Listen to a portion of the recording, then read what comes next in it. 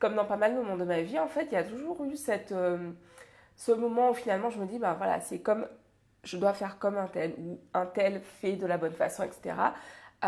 Et en fait, j'avais toujours ce prisme finalement de, ok, pour réussir, je dois faire comme un tel, comme un tel, comme un tel. Et au final, ben, ce qui se passe quand on prend toujours les autres comme référence finalement ben, pour pouvoir avancer, ben, c'est qu'en fait on risque de se perdre. Donc je vous ai partagé tout ça, je vous ai parlé un petit peu ben, de mon évolution à ce niveau-là, de ce qui pour moi faisait vraiment que on est dans cette joie, on est dans ce kiff et que finalement bah, suivre sa joie c'est mettre le doigt sur ce qui est vraiment juste pour nous. Je vous ai parlé de ça. Euh, dans la vidéo numéro 2, en fait, donc, ce que je vous ai partagé, c'est finalement l'importance de se former. J'ai vraiment insisté là-dessus. L'importance d'investir en soi plus largement d'ailleurs. J'en ai parlé, donc que ce soit en termes d'argent, que ce soit en termes de temps, que ce soit en termes d'énergie, à quel point c'est important d'investir en soi et à quel point en fait une fois que l'on commence justement à investir en soi, justement tout se met en branle et tout commence à changer pour nous.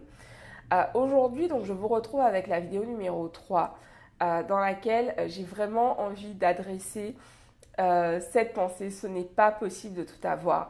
J'ai envie d'en parler parce que régulièrement, euh, quand je suis en appel avec vous, j'entends en fait, et puis même dans les messages que je reçois, j'ai toujours cette petite phrase genre oui mais bon en même temps je ne vais pas trop demander. Et c'est vrai que moi-même pendant longtemps en fait je l'ai utilisée cette phrase, je la disais parce que j'étais persuadée que c'était pas possible pour moi en tout cas de tout avoir, que je pouvais pas tout avoir et que finalement bah, trop demander ça se faisait pas. Il y avait vraiment pour moi ce côté je pense que ça vient beaucoup bah, de mon éducation et de la culture dans laquelle j'ai grandi, qui est une culture judéo-chrétienne. Et du coup, on a vraiment ce truc de, bah, voilà, finalement, bah, trop avoir beaucoup, comme si en fait le fait d'avoir beaucoup, finalement, c'est retirer quelque chose à l'autre. Et on voit vraiment ce côté, voilà, que ce soit avoir beaucoup de possessions, alors j'ai toujours pas partagé le live, avoir beaucoup de possessions ou avoir une vie riche et abondante. Et quand je parle de riche, je parle pas uniquement d'argent, mais riche dans tous les sens du terme. Moi, c'est ce à quoi j'aspire, c'est vraiment d'avoir une vie riche et abondante. Bah, financièrement, ok, mais au niveau de ma vie amoureuse, au niveau des relations que j'ai, euh, au niveau de mon corps, enfin bref, au niveau spirituel, euh, j'ai vraiment envie d'avoir une vie riche et épanouie, riche et abondante en fait. Et du coup, je m'y emploie vraiment, enfin, voilà, je m'y attelle. Chaque chose, je mets vraiment mon énergie justement là-dedans pour pouvoir créer cette vie à laquelle j'aspire. C'est-à-dire que, bah, par exemple, pour parler de la vie amoureuse, je vais vraiment travailler sur ce point-là pour justement me libérer de toutes les croyances, de toutes les peurs, de tout, enfin j'allais dire c'est traumatisme, mais ouais finalement de tout ce qui a été difficile, de tout ce qui a été dur pour moi dans mes histoires précédentes, pour justement me rendre disponible, j'ai toujours pas partagé, me rendre disponible pour pouvoir accueillir justement l'amour dans ma vie. Ok, I did it! C'est beau, j'ai partagé le live, oui. Euh, et du coup, en fait, l'idée pour moi, c'est vraiment ça, c'est de me dire qu'est-ce que je veux accomplir dans ma vie. Et ça, je vais me poser cette question, en fait, régulièrement dans tous les aspects de ma vie. Qu'est-ce que je veux et je suis vraiment persuadée, je crois vraiment, j'irais dur comme fer, qu'on peut tout avoir dans sa vie, qu'on peut vraiment se créer une vie dans laquelle on a tout. C'est une croyance que j'ai. Et chaque jour, en fait, j'avance sur ce niveau-là. C'est-à-dire que, par exemple, je veux une vie dans laquelle je sois en excellente santé. Du coup, par exemple, depuis l'an dernier, je me suis beaucoup renseignée sur le jeûne et c'est quelque chose que j'ai vraiment inclus dans mon quotidien, dans ma vie et je vous partageais justement en story aujourd'hui sur Insta. D'ailleurs, toi qui es sur Facebook, si tu ne me suis pas et sur YouTube, si tu ne me suis pas encore sur Insta, rendez-vous sur Instagram parce que je partage vraiment de façon privilégiée sur Insta. En story, j'adore Instagram. Donc voilà, qu'est-ce que je disais justement, par exemple, au niveau santé, en fait, je vais vraiment être attentive à ça, en fait, veiller à prendre soin de mon alimentation. Je regarde, par exemple, là, j'ai que des fruits, et puis voilà, rajouter une activité sportive, par exemple, ça, c'est, voilà, je veux tout avoir, je veux être abondante financièrement, abondante en termes de relations personnelles, abondante en termes d'argent, abondante en termes de santé, quoi. Je vais avoir une excellente santé et du coup, c'est important pour moi de veiller à faire ce qui est nécessaire dans chacun de ces domaines, en fait, parce que les gens disent souvent, oui, par exemple, attention, ce truc, l'argent, ça fait pas le bonheur, etc.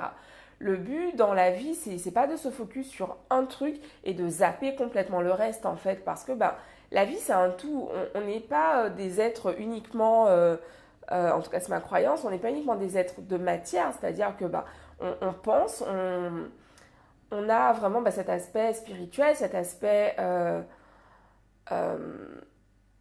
cet aspect spirituel finalement. Nous sommes des âmes incarnées dans des corps physiques et du coup, c'est important de prendre soin de ces différentes composantes qui sont qui font partie de nous en fait. J'ai bugué.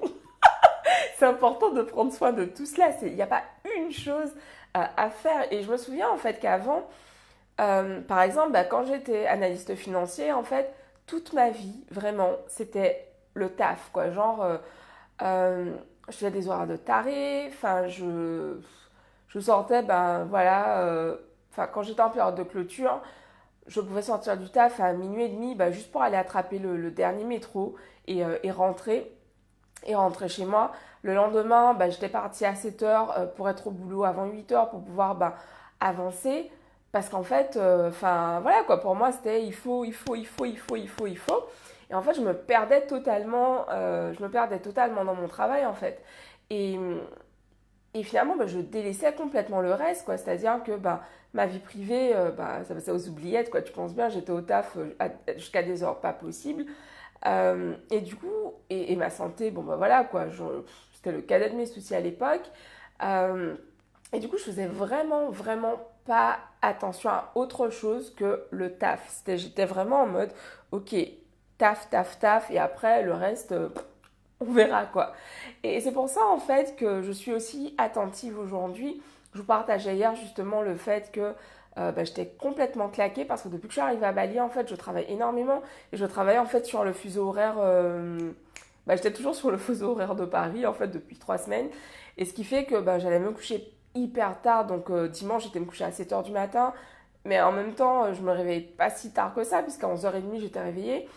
Et du coup, en fait, j'avais accumulé énormément de fatigue et hier, j'ai vraiment eu, bim, enfin vraiment le truc qui te coupe les jambes, quoi, la fatigue j'ai vraiment senti en fait que, ok, la meuf, ok, refocus-toi, ta santé, c'est important, prendre soin de toi, c'est important. Et du coup, voilà, à 22h30, j'étais couchée, je dormais pas, mais bon, j'étais couchée. Et justement, mon engagement, c'est vraiment d'être attentive à ça, en fait, parce que là, j'ai forcé et je savais que je tirais sur la corde. Mais en fait, dans une vie dans laquelle on veut tout, dans une vie dans laquelle on a tout, justement, on est attentif à ça. On est vraiment attentif à ça et on écoute notre corps. Donc du coup, moi j'ai la chance en fait je ressens énormément. C'est-à-dire que je suis très très à l'écoute de mon corps. Et ça a vraiment commencé depuis que, peut-être 2-3 ans après que j'ai arrêté les contraceptifs hormonaux. Oui, les contraceptifs hormonaux, en fait, en gros, j'ai vraiment constaté que je ressens beaucoup plus mon corps déjà au moment de mon cycle. Mais en dehors de ça, en fait, je suis beaucoup, beaucoup plus... Enfin, je suis beaucoup plus consciente de ce qui se passe dans mon corps. Et du coup, c'est vraiment génial pour moi parce que, par exemple, hier, en fait, j'ai vraiment senti directement qu'il se passait quelque chose.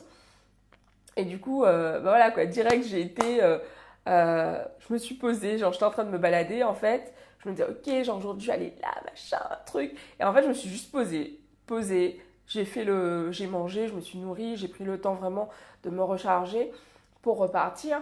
Et en fait, ça c'est prendre soin de son corps, c'est autant nécessaire que prendre soin de son esprit en fait. Parce que c'est un tout, comme je le disais à l'instant.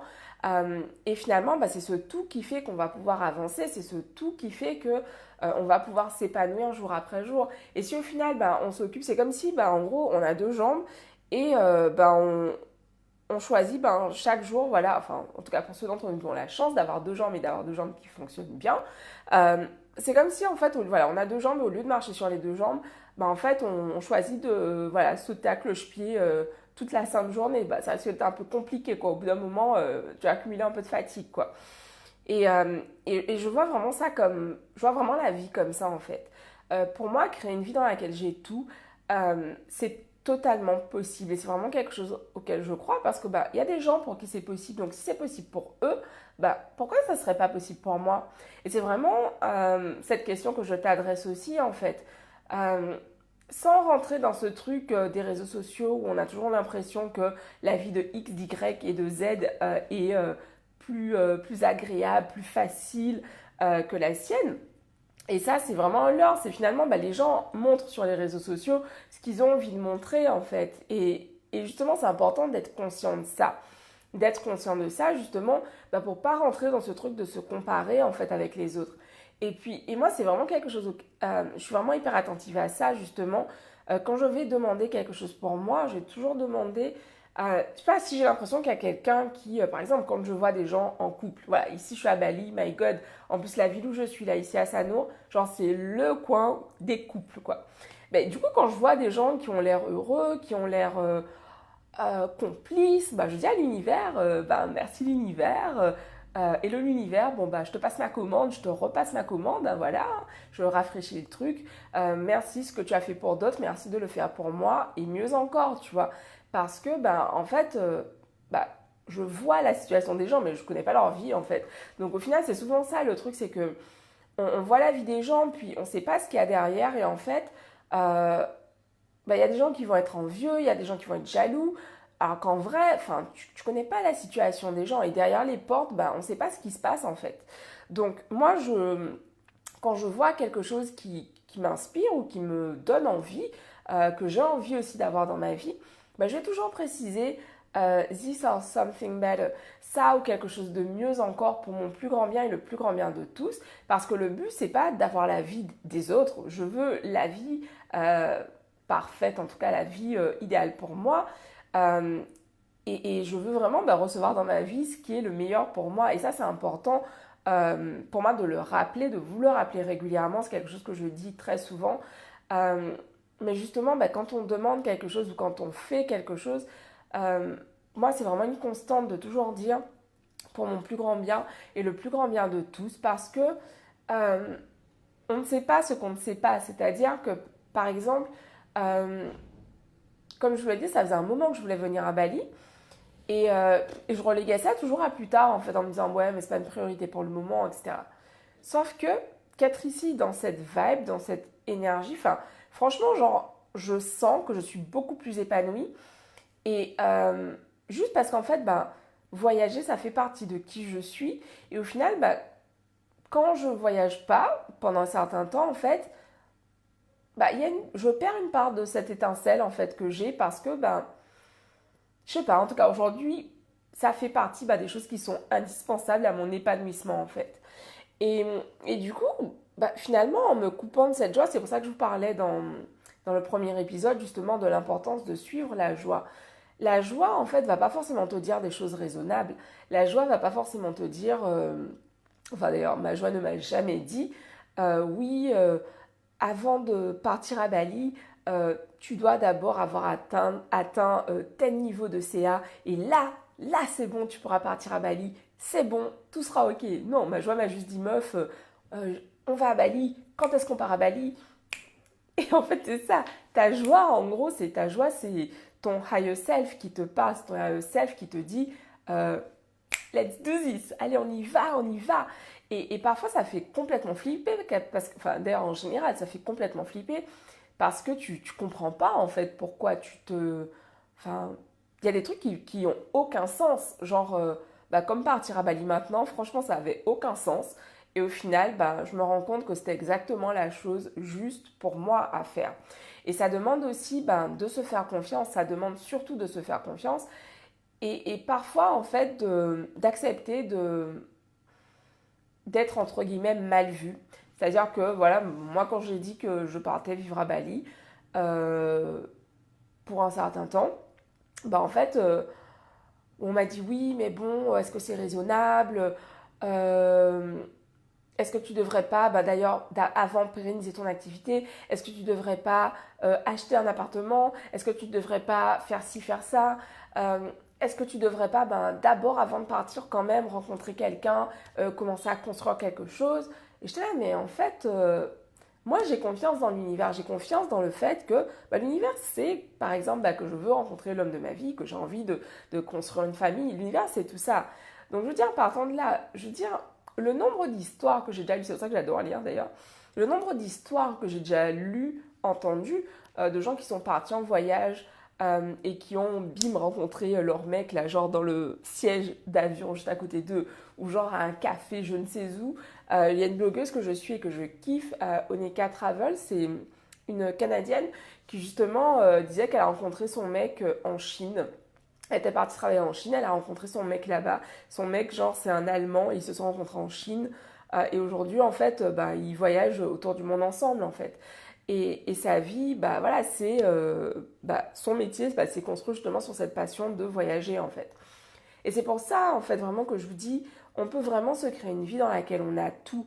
Il n'y a pas de ça ou ça, enfin, je sais pas comment dire ça, de on n'a pas de compromis à faire sur la joie en fait qu'on veut ressentir au quotidien.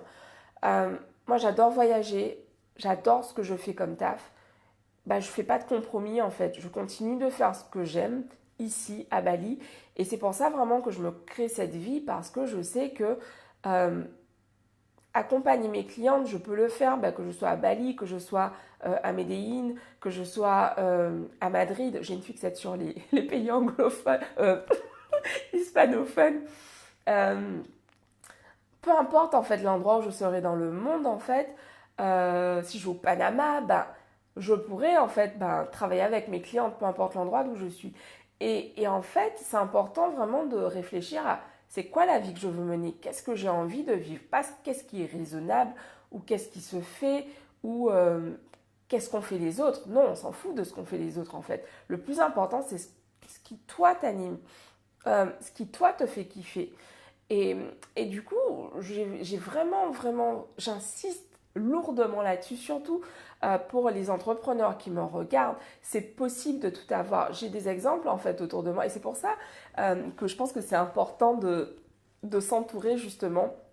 Parce que autour de moi, j'ai des femmes qui sont entrepreneurs, j'ai des femmes qui voyagent énormément, qui ont des enfants, qui sont mariées et qui ont vraiment créé cette vie. Moi, j'ai zéro exemple de ça en fait. Et du coup, jusqu'à récemment, jusqu'à il y a peut-être 2 ans, je ne croyais pas que c'était possible en fait de pouvoir voyager autour du monde, en même temps d'avoir son mec, un mec fixe avec qui on est depuis X années. Et avoir ses enfants et que ça roule. Et oui, bon, voilà, dans la vie, pour tout le monde, il y a des moments où c'est plus dur que d'autres. Mais en tout cas, c'est possible de se créer cette vie. Et c'est pour ça, en fait, vraiment que j'insiste sur, ok, allez chercher, en fait, ça existe, il y a forcément des gens qui vivent une vie qui est similaire à celle que vous souhaitez vivre. Et moi, c'est pour ça que je m'entoure énormément. Parce que, en fait, moi, dans mon entourage, ce qu'on me disait, c'est que la vie à laquelle j'aspirais, que c'était pas possible. On me disait que cette vie de voyage de voyage, de kiff, de plaisir, de contribution, que c'était pas possible, que je devais chercher un vrai travail, que je devais, voilà, finalement, trouver un mec à Paris. Puis voilà, meuf, en plus, t'as 35 ans. arrête d'être aussi difficile, c'est bon quoi, prends le premier mec qui passe, bon j'abuse, je grossis le trait, mais vous voyez l'idée.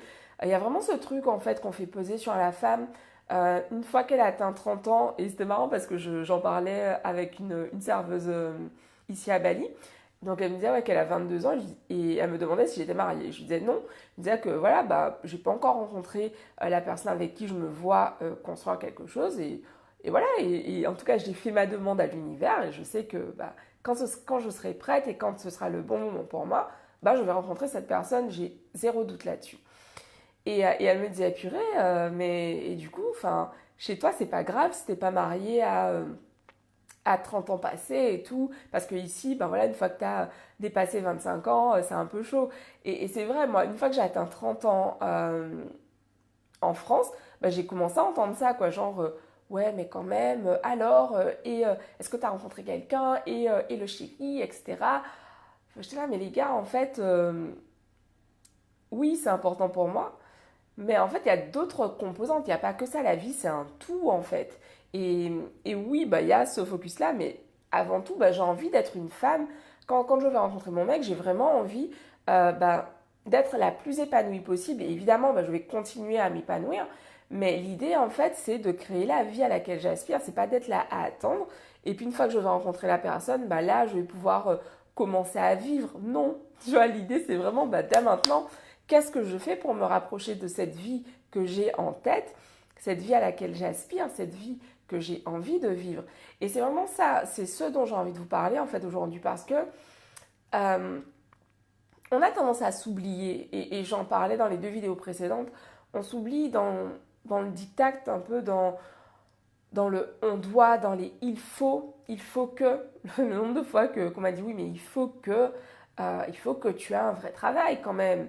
Ah, il faut que tu aies un CDI, il faut que tu aies un logement fixe parce que c'est quoi ça, cette vie de déménager tout le temps, d'avoir tes affaires dans un box, c'est pas normal. Mais c'est pas normal pour qui? Pour toi peut-être, mais pour moi c'est complètement juste.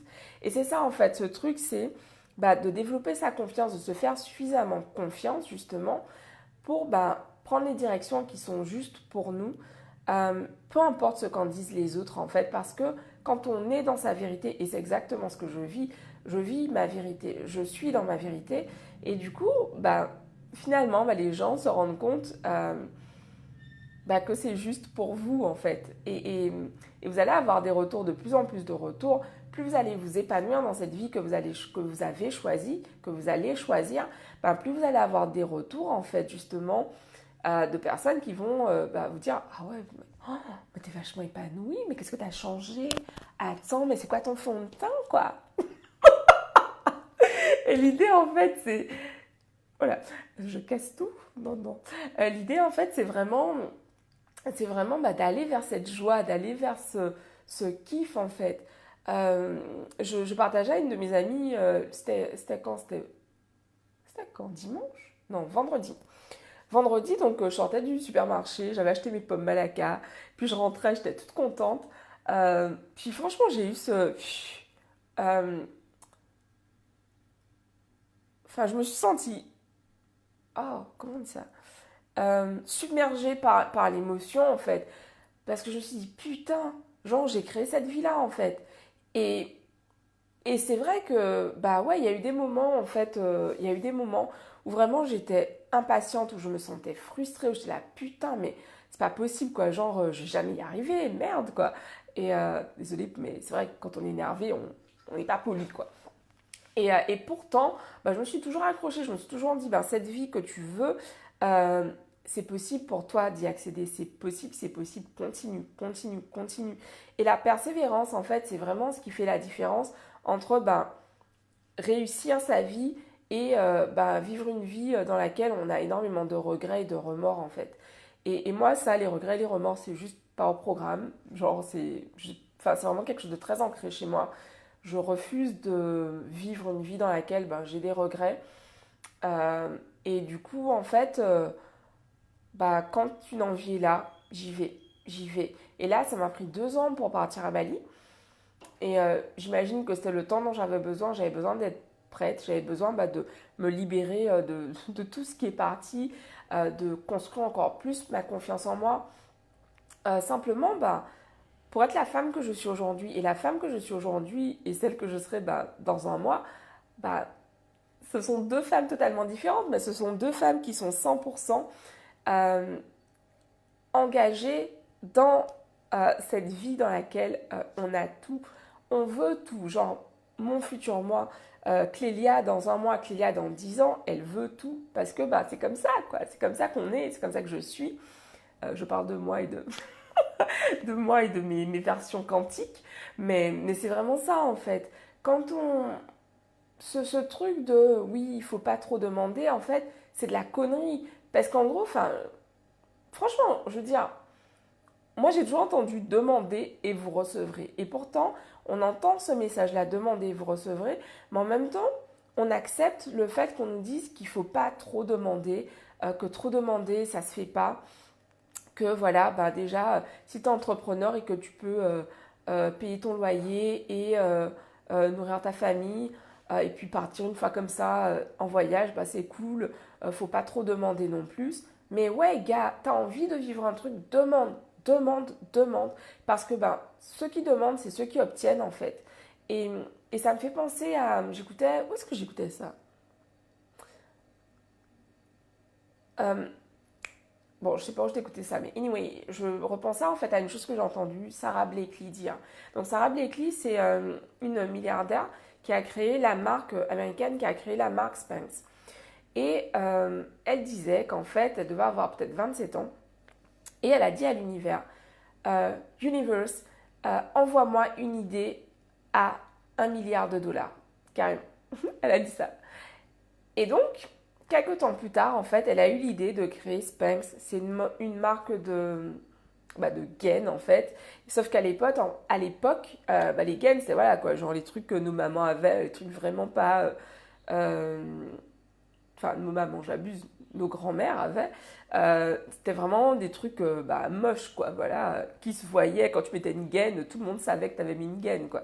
Et elle a vraiment démocratisé le sous-vêtement. Comment on dit ça? Enfin, silhouette, quoi, je sais pas comment ça s'appelle, mais bon, anyway. En gros, les sous-vêtements qui justement aident à avoir de plus belles formes, etc., qui cachent le ventre, etc. Et en fait, elle a vraiment créé une grosse, grosse, grosse. Enfin, franchement, Spanx, c'est une très grosse marque milliardaire, quoi, aux États-Unis et dans le monde entier, évidemment.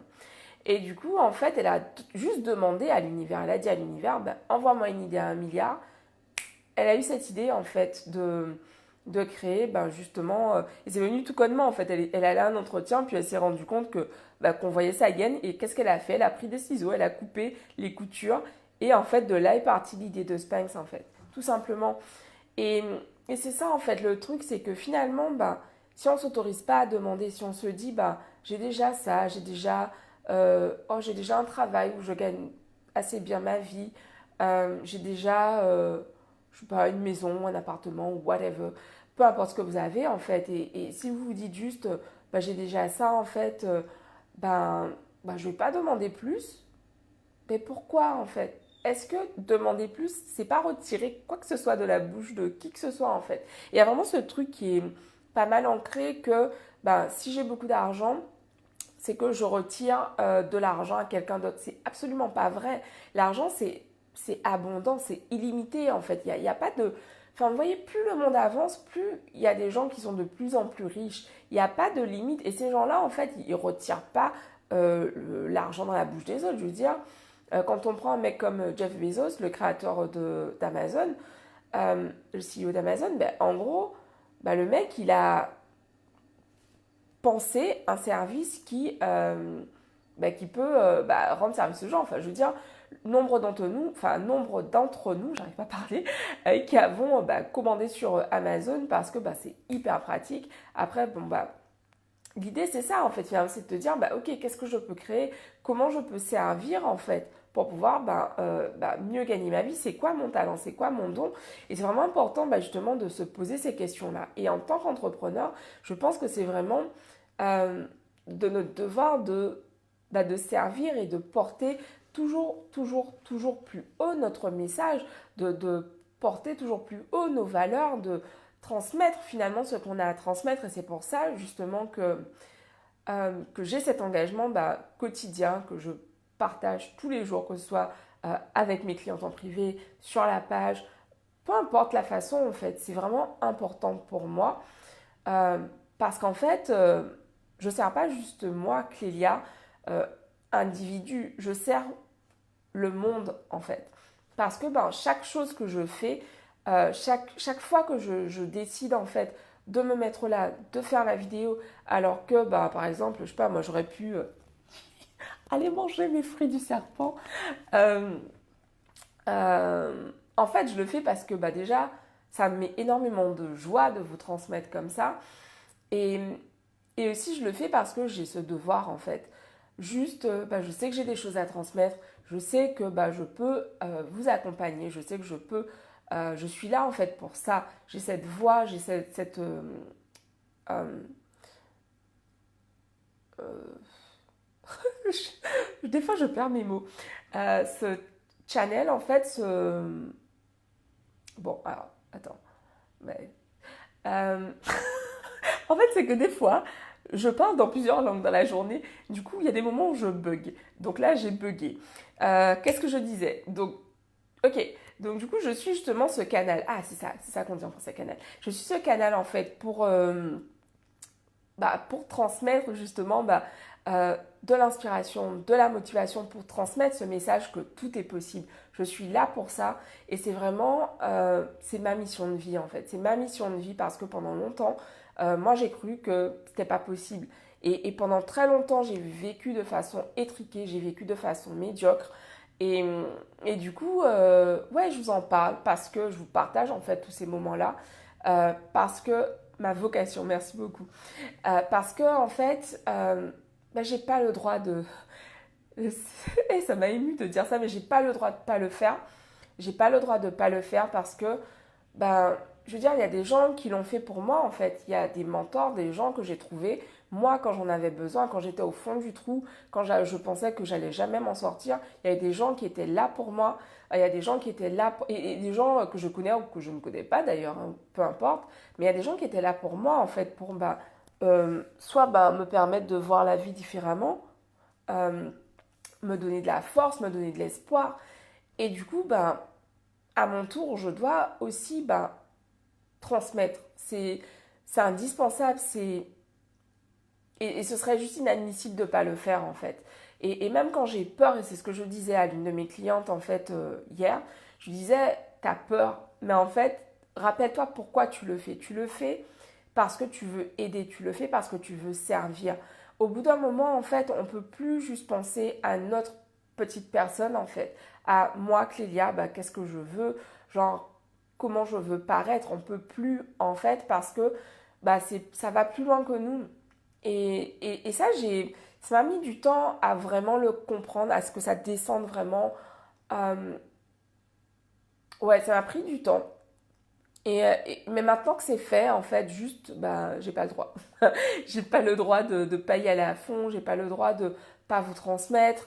Euh, voilà, juste c'est indispensable parce que j'ai envie qu'il y ait de plus en plus de femmes qui soient autonomes, plus qu'autonomes, indépendantes financièrement. Parce que je suis persuadée que plus il y aura de femmes indépendantes financièrement, plus il y aura de femmes avec du pouvoir, avec de l'argent, meilleur le monde sera en fait. Parce que il y a tellement de femmes qui vivent dans la peur, dans cette peur de se retrouver à la rue, si elles quittent un compagnon qui est violent, et puis putain, avec tous ces féminicides qu'il y a depuis le début de l'année en France notamment, euh, en fait il y a beaucoup de femmes qui restent dans ces situations parce que bah, elles se disent qu'elles n'ont pas les capacités de sortir de là en fait. Elles ne croient pas suffisamment en elles, elles n'ont pas suffisamment confiance en elles pour pouvoir essayer de construire, de créer quelque chose, une vie dans laquelle en fait elles sont pas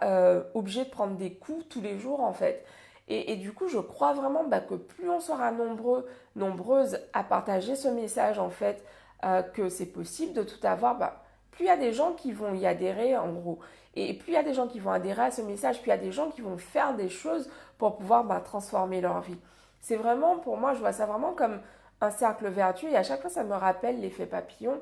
Finalement, l'effet papillon, c'est que une petite action que tu fais peut avoir un impact énorme euh, à l'autre bout du monde. Et en gros, c'est ce truc de se dire, on a un tout. C'est pas juste moi, Clélia, individu, c'est moi, Clélia, dans le monde, qui sert le monde, qui aide le monde. Et avec les talents, les dons que j'ai, mon talent, mon don, c'est ma voix. C'est vraiment de transmettre ce message, de canaliser et de transmettre ce message. Parce que comme je vous le partage régulièrement, je communique. Par exemple, là, ce talk, c'est clairement de la canalisation en fait. C'est pas juste moi en tant qu'individu raisonné qui vous parle, c'est vraiment de la canalisation. Et du coup, en fait, ça aussi, pour moi, c'est important de le transmettre, cette vérité, ma vérité, que finalement, ouais, la spiritualité, ça a une part très importante dans ma vie, parce que, pour pouvoir vous transmettre ce message, avant chaque live, par exemple, moi, je me connecte en fait à la source, je demande justement à pouvoir canaliser tout ce dont j'ai besoin, tout ce qui est juste en fait pour vous et pour... voilà, je demande toujours le message juste pour vous. Et, euh, et c'est important pour moi de le dire euh, parce qu'en fait, voilà, c'est important de le dire parce que finalement, ça vient pas juste de moi en tant que personne. J'écoutais aujourd'hui, comme je vous le partageais sur Insta, Ego is the Enemy de Ryan Holiday. Et justement, dans ce livre, en fait, il parlait du général Marshall. Et il disait en fait à quel point ce mec, donc il racontait un peu l'histoire, etc., au moment de la Seconde Guerre mondiale, et il disait que justement, ce général Marshall, en gros, que finalement, qui s'était fait passer après les intérêts du pays, et que, oui, il avait cet ego qui est cet ego fort, mais finalement qu'il a toujours fait passer les intérêts du pays avant tout. Et du coup, je vois vraiment ce que je fais en fait de cette façon, c'est-à-dire que j'ai un ego fort, je le sais, mais en tout cas, ce que je fais, c'est que je l'utilise pour le mettre au service des autres. Par exemple, mon ego kiffe les paillettes, quoi, comme je disais dans ma lettre à l'ego. Mon ego aime sur le devant de la scène. Et du coup, ce que je fais, c'est que j'utilise ça finalement pour servir. Parce que du coup, quand je ferai des conférences devant des milliers de personnes, mon ego il sera en kiff, même si au début il aura peur, mais je vais le rassurer en lui disant ouais mais mec, en même temps, si tu veux être devant la scène, faut y aller quoi. Et du coup en fait en même temps, je sers, je sers, je sers, je sers. Et chaque fois que je crée quelque chose, chaque fois que je crée, que ce soit une offre, que ce soit un live ou peu importe ce que je crée en fait, ben, c'est toujours ça en fait, cette question.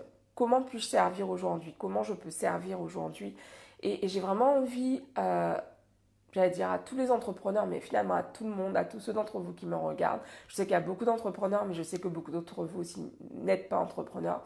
À tous, j'ai envie de vous transmettre ce message-là en fait, de dire ok, comment je peux servir et servir en fait, c'est juste mettre ses talents en fait au service des autres et ça peut se faire dans votre entreprise.